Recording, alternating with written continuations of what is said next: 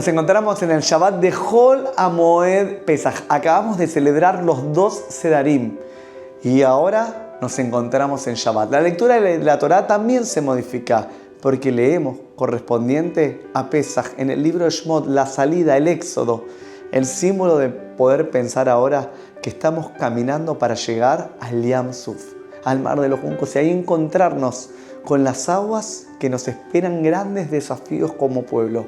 La gran pregunta es, ¿qué hacemos cuando encontramos delante nuestro una barrera que no nos permite seguir hacia adelante? ¿Volvemos hacia atrás o nos animamos a dar el primer paso para seguir caminando? Este es el gran desafío que también tenemos en este Shabbat. ¿Cómo hacemos para poder llegar a nuestra tierra prometida? Shabbat Shalom, Chag Sameach.